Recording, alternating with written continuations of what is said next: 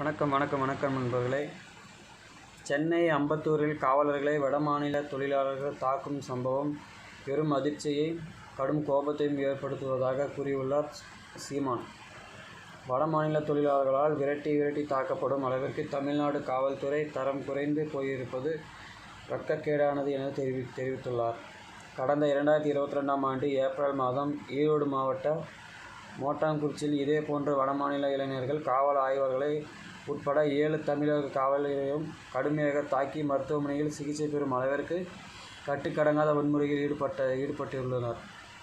அதை நான் கடுமையாக கண்டித்திருந்தேன். அப்போது தமிழ்நாடு அரசு உரிய கடுமையான நடவடிக்கைகள் எடுத்திருந்தால் தற்போது அம்பத்தூரில் காவலர்களை ரகுபதி அவர்கள் வடமாநில தொழிலாளர்களால் தாக்கப்பட்டு ஆவடி மருத்துவமனையில் சிகிச்சை பெறும் அளவிற்கு பரிதாபமான நிலையை ஏற்படுத்தியுள்ளனர்.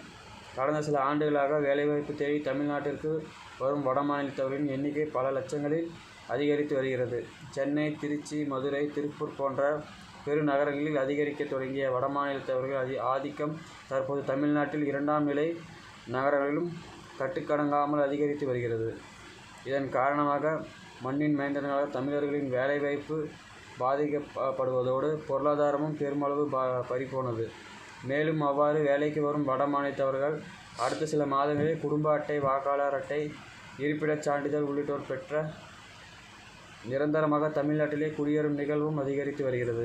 இதனால் தமிழர்கள் தங்கள் அதிகாரத்தையும் இழந்து மாறும் நிலைக்கு தமிழ்நாடு மெல்ல மாறி வருகிறது.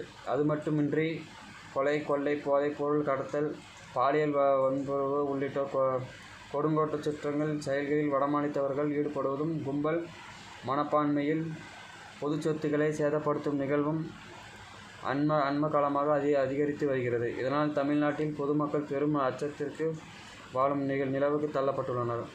வடமாநிலத்தில் குற்றச்செயல் தமிழ்நாட்டில் தொடர்ந்து அதிகரித்து வரும் நிலையில் அதனை தடுத்து நிறுத்ததாக கைகட்டி வேடிக்கை பார்க்கும் அரசின் அலட்சியமாக வன்மையாகவும் கண்டிக்கிறோம் என கூறியுள்ளார். இதற்கு மேலாவது தமிழ்நாடு அரசு விழித்து கொண்டு பணிக்கு வரும் வெளி மாநிலத்தவர்களின் எண்ணிக்கை, பணிபுரியும் நிறுவனம் உள்ளிட்டவற்றை பதிவு செய்யும் வகையில் உள்நுழைவு அமைத்து சீற்று முறையை அமல்படுத்துமாறு சீமான் கேட்டுக்கொண்டார். ஓகே நண்பர்களே, இந்த செய்தி தகவல் இதோடு முடிவடைகிறது. இந்த செய்தி தகவல் பிடிச்சிருந்தால் லைக் பண்ணுங்கள், ஷேர் பண்ணுங்கள். மறக்காமல் நம்ம சேனலை சப்ஸ்கிரைப் பண்ணி பெல் ஐக்கனை கிளிக் பண்ணி வச்சுக்கோங்க. நன்றி, வணக்கம்.